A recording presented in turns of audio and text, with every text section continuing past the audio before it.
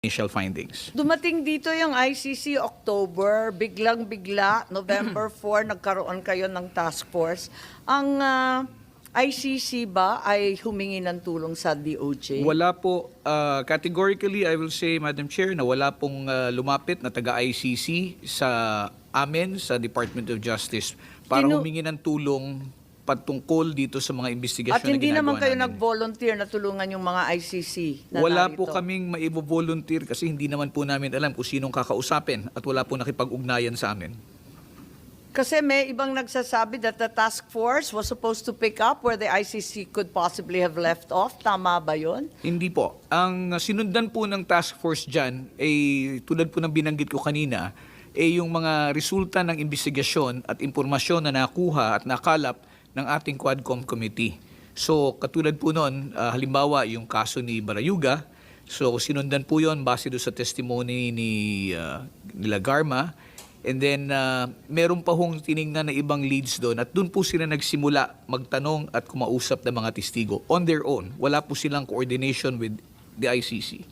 So, ang coordination lang ninyo, katulad ng binanggit ni Secretary Remulla kanina, yung Quadcom, yung Senate, yung binabanggit sa 778, yung CHR, at yung iba pang PNP, Witness Protection, yung iba pang ahensya ng ating pamahalaan. Tama po ba? Tama po yan, Madam Chair. So, sa panahong to, meron ng tatlong separate bodies trying to pin down PRRD. May Quadcom, may ICC, may DOJ Task Force, may ikaapat pa, yung Senate. So, apat na sila. Yung DOJ task force ho was really to check on EJ case, period. Wala ho kaming aim of pinning down PRRD. Wala ho yan. Hindi ho totoo yan. Pero EJK ang tinutumbok, kaya siya nagtestigo sa Quadcom, di po Opo, ba? opo. Kasi, ma'am, karapatan po ng bawat Pilipinong maghanap ng hustisya eh. Kahit mahirap sila, kahit wala silang station in life, pag sila ho ay naapi, naghahanap po ng hustisya. Kaya kung meron ho silang nilapitan na taong nakakausap namin, syempre pinakikinggan po namin. At yung mga tao mismo na nangangailangan ng tulong, sinisikap po naming tulungan. Siyempre, hindi natin pinagkakait ang karapatan ng bawat isa. Matanda man, bata man, mahirap man, mayaman man, talagang pantay-pantay tayo sa harap ng batas. Kaya lang, nagtataka ako kasi napakarami na ng investigasyon, patong-patong. Meron pang CHR, di po ba? At in-interview si Richard Palpalawatok ng DOJ Task Force. Nasa inyong record yata, Laila De Lima, Nery Colmenares. Tama po ba? Na-interview yan ng DOJ. Opo, opo. Ano nangyari at bakit po na-interview? Sila po ay in-interview batay po dun sa, tulad ng sinabi ko kanina, yung mga lumabas po dun sa Quadcom hearings, ma'am. So, Pinagtatakaan lang namin dahil hindi naman sila victim o testigo o kamag-anak ng alleged victim ng EJK. Ang pagkakilala ko lang sa kanila, katunggali ni PRRD, yun lang. if I may answer, ma'am, no? Yung may mga binanggit kayong pangalan, katulad po ni Richard Palpalatok, binanggit niyo rin po si Senator Laila De Lima. Maaring tama po kayo dun sa inyong sinabi. May nagsabi lang sa DOJ at nakita ko may anunsyo yata sa inyong website somewhere. Oho, pero hindi lamang po sila ang kinausap. Marami po ang kinausap. Andiyan dyan po yan si Father Flavie Villanueva. Bakit po siya kinausap? Dahil meron po siyang mga grupo ng mga naging biktima ng karahasan na kinausap at kailangan makausap ng ating mga prosecutors. Andiyan dyan din po si PNP Chief Romel Marbil na kinausap din po namin upang kami po ay mabigyan ng ang tawag nito, impormasyon hinggil dun sa mga kaso na gustong tingnan at imbestigahan hinggil sa EJK.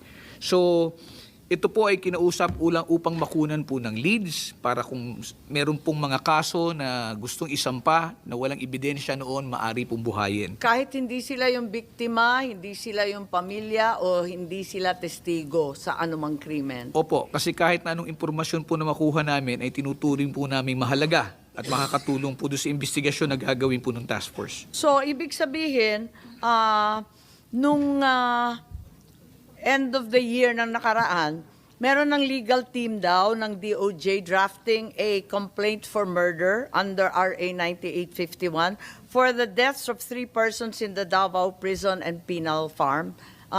In coordination nga ito doon sa Quadcom. I'm not so particular, ma'am. I can get that information kung meron na pong complaint na na-prepare. No? Pero malalaman po natin, sa ngayon po, wala pa pong naisasampa sa amin, sa pagkakaalam ko. Pero kung meron na pong preparation yung task force, I'm sure they will submit it to us po. Ma'am, we found it necessary. Kinailangan po magtayo kami ng task force for EJ case. Sapagkat nung turn over sa amin ng Quadcom yung kanilang mga findings, we could not rely on them for being just incomplete. Kasi hindi ho talaga kompleto to make a case. Kaya kailangan po i-case build up. That's the reason why we put up the task force, ma'am. Pero ang balita ko at may nakita akong draft na March 6, yung task force ninyo humihingi pa ng 60 days para matapos yung investigasyon. Pero hindi binigay itong request na to. March 6 to kung 60 days abot pa tayo ngayon. Was the DOJ aware that the ICC was going to issue a warrant already, so 60 days was unnecessary? Hindi po, hindi ho kasama sa usapan niya kasi yung Bakit 60 days hindi po, pinagbigyan yung additional kaya 60 po days? sabi ho sa akin na isang prosecutor, sumulat siya sa akin, iyan po verbally ho, sinabihan ko pwede na naman extend na 60 days. Kasi nga, mahirap po talaga magagilap ng mga kaso na matagal na ho nangyari. Yun Ang na sabi nga. ko nga nung isang beses, wala nga mga police report, wala nga mga blatter ang marami. Para mahirap ho itong trabaho namin na gumawa ng kaso at Palibhasa nga mag-case build up. napakahirap at saka mga cold case na yan at nakaraan na yung taon-taon, bakit pinagpilitan at hindi binigay yung 60 days na hinihiling? Hindi, binigay po namin ng 60 days. Kaya lang hindi na kami sumulat. Ito'y verbal na lang. Pero March 6, 60 days, aabot pa yan ng ilang buwan? Yes, Prosecutor Fadulion. March 6 yung sulat Yes, kung ako po'y pahihintulutan ninyo. Ito po yung naka-flash dito sa screen ngayon, Madam Chair. That is a Yes bogus document. That is Ganon? not a real document because there is no such document which contains exactly what is highlighted there. Yan po ang totoo. Ang meron po kami, So saan galing yan? Sino si Abugan? Herbert Calvin Abugan is the OIC Senior Deputy State Prosecutor of the Department of Justice. He heads the task force. So totoong tao siya? Totoong at tao po totoong siya. hepe siya nung Totoong task tao po force? siya. Yung dokumento po ang hindi totoo. Dahil sa, kung titingnan niyo po, Madam Chair, wala hong pirma yan. Kung yan po ay totoong memorandum na nakalusot at nakarating doon sa kinauukulan, dapat po pirmado yan. So binaliwala na lang to at para sa ating lahat, sinasabi nyo peke to. Manufactured po ito kasi po pinaghalo-halo nila yung nilalaman po niyan. Yung sinasabi po ninyong hinihingi na extension na 60 days, kaya nga po, hindi nga po totoo yung dokumento. Pero ang hinihingi pong extension na 60 days, kasi dun po sa unang department order na ginawa ni Secretary Boying, 60 days lamang po ang taning na binigay sa kanila para magsimula sila ng investigasyon. Kulang po yung panahon na yon, kaya po sila humingi ng karagdagan. Now, part of those that are indicated in that document, no, na sinasabi naming non-existing, ang tanging dokumento na nilabas namin ay yung pinadala po namin sa Senate Blue Ribbon Committee, updating the Senate Blue Ribbon Committee on March 6, 2025 of the events that happened in So yun, tama yun. Opo. At hindi 60 days ang hinihingi. Walang ganon. Wala po kaming binabanggit na 60 days doon po sa sulat. So yun binigay ninyo sa Senate. Yes, Madam Chair. So, ang tinatanong ko lang, sa dinami-dami ng investigasyon, may task force pa ang DOJ, bakit yung DOJ hindi na lang nag-conduct ng sariling investigasyon? Imbes na nag-ICC pa at kung ano-ano pa. Nag-task force naman kayo. May Quadcom pa, may Senate pa, di ba? Tama po. Ang sinasabi ko, lahat ng ebidensya, dokumento, testigo nang galing sa gobyerno ng Pilipinas. Lahat ng pangyayari ay nasapit dito sa Pilipinas. Ang buong kaso ng ICC sa ebidensya at testigo ibinigay ng Pilipinas? Bakit di na lang ang admin ang nagsampa ng kaso kay Presidente Duterte sa husgadong Pilipino? Takot ba tayo sa dating Pangulo? Wala ba tayong kumpiyansa sa ating mga huwes, sa ating mga husgado? Tignan natin ang mga kaso sa ICC. Ang liwaliwanag, unang-una, doon sa ebidensya ng ICC prosecutor, nanggaling lahat sa agendang ibinigay at kinalat ng ICC. Ang liwanag kasi lahat ng dokumento galing sa PNP, galing sa drug watch list, financial records, forensic evidence. Ikalawa, yung timing. Nagdududa kami kasi una, may committee report yung Quadcom ng 18 December, pagkatapos yung prosecutor, agad-agad pumila na ng warrant of arrest sa February 10. Pagkatapos noon, March 7, may ICC warrant. So, looking at this series of coincidences, parang may all-of-government approach na dakipin ng dating Pangulo. Ang hindi namin maintindihan, klarong-klaro naman na ito rin ang binasehan ng ICC case. So gusto lang namin maintindihan kung paano nangyari. Hindi naman nila makukuha yan kundi galing gobyerno. Pwede po akong sumagot, ma'am. Yung binabanggit niyo po, ma'am, na confluence of events na nangyari, mga petsang binanggit po ninyo, wala pong kinalaman doon sa ginagawang investigasyon ngayon ng aming task force sa department. Ibig sabihin, nandyan pa rin yung task force? Nandiyan pa ho yung task force. Hindi pa po natatapos yan dahil Naku, magdahan-dahan ka ba to? dahil sa napakarami pa pong kasong dapat tingnan. Ngayon, ang banggit niyo po, Madam Chair, is that bakit hindi na lang dito gawin yung investigasyon? Iba po yung naging subject ng investigation, kung di po ako nagkakamali, patungkol sa dating Pangulo. While it covers the period 2011 to 2019. Ito pong mga investigasyon na ginagawa ngayon ng task force ay patungkol po doon sa mga biktima, naging biktima ng tinasabing drug war. At itong pong mga tao na to ay ngayon pa lamang lumalabas. Sinasabi po natin, meron pong mga dokumento, andyan dyan yung mga ehensya na pwedeng lapitan. Hindi po ganun kadali. Pero maliwanag yung 2016 to 2019 na sinasabi nyo sa ICC, sako pa rin ng task force ninyo. Sako po siya, pero hindi kaya po nga, siya aktual na kaso na subject noong kaso na kinakaharap ngayon ng ating dating Pangulo. Ang amin pong ginagawa ngayon ay tingnan itong mga but they're kaso. overlapping surely, Prosecutor Fadulion. They may overlap, that's what we're trying to find out. That's what we're trying to find out po, ma'am. But what we're just saying, I think there's no mystery. Nandyan naman sa warrant of arrest ng ICC, nandyan naman sa prosecutor's brief. Maliwanag naman. yes, it would overlap, ma'am. I would agree with you if the subject matter and the persons involved and the victims are the same.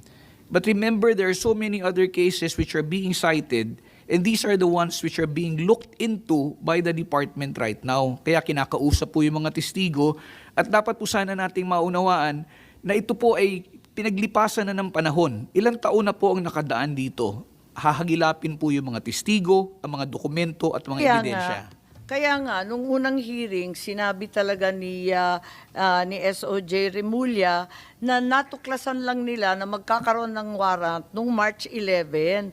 Pero nakikita natin, buwan-buwan na ito. Nag-umpisa pa nung Mayo, aktibong-aktibo na. At it involved the cooperation of so many government officials.